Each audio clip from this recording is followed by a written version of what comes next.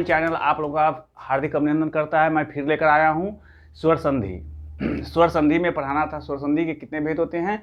तो 5 भेद होते हैं। 5 भेद में से मैंने कल जो है से एक भेद दीर्घ स्वर के बारे में पढ़ाया था, और मैं आज लेकर आया हूँ फिर क्या है तो गुण संधि। ठीक है, गुण संधि क्या है उसके बारे में आप पहले जानकारी ले लें। तो गुण संधि क्या है? तो आद्य गुणः।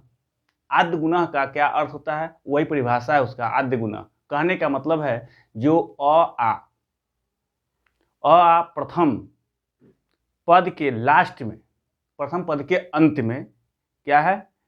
आ स्वर आता है, फिर उसके बाद क्या होता है? तो ए क्या है? ई, दीर्घ ई, फिर है मतलब ह्रस्व उ, फिर है क्या? दीर्घ उ, फिर क्या है उसके बाद? तो मतलब ह्रस्व री, और फिर आ के बाद फिर जैसे ह्रस्व री आता है। तो वो दोनों मिलकर किस चीज का निर्माण करता है? ठीक है, तो कहने का जो उस चीज का निर्माण करता है उसी को हम कहते हैं आद्य गुणः। कहने का मतलब फिर से देख लीजिए, आ के बाद, आ के बाद क्या क्या चीज आएगा? तो आपको आ जाएगा मतलब छोटी ई, बड़ी ई, फिर है आ के बाद क्या है? छोटी ई, बड़ी, फिर जो है आपको क्या है? आ के बाद फिर जो है छोटी यू, फिर अ के बाद छोटी यू, है ना? ये सब आ जाए, है ना? और वो किस चीज का निर्माण करेगा?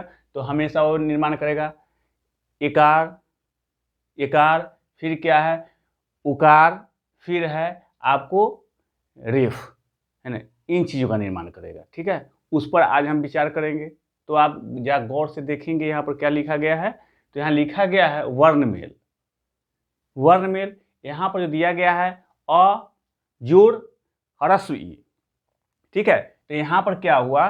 तो प्रथम पद में लास्ट वर्ण अ, द्वितीय पद में प्रथम वर्ण क्या है? तो ह्रस्व ई। यदि दोनों का योग होता है, मतलब संयोग होता है, तो क्या वह निर्माण करता है?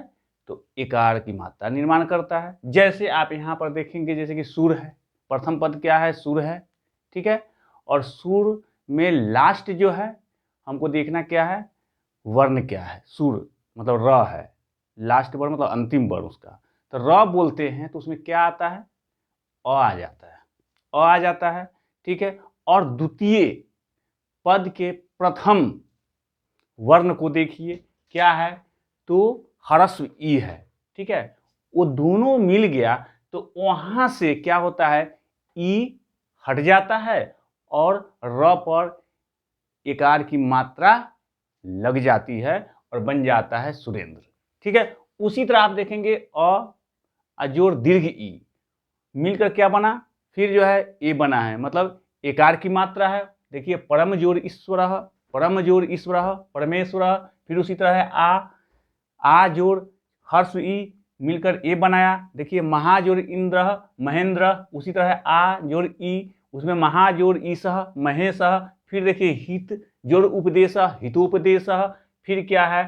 तो हित जोड़ सॉरी एक जोड़ ऊनविंशति, मतलब एकोनविंशति। ठीक है, फिर चलते हैं आ जोड़ उ, क्या बनाया? ओ, तो फिर क्या होता है? गंगा जोड़ उदकम, गंगा जोड़ उदकम, गंगोदकम।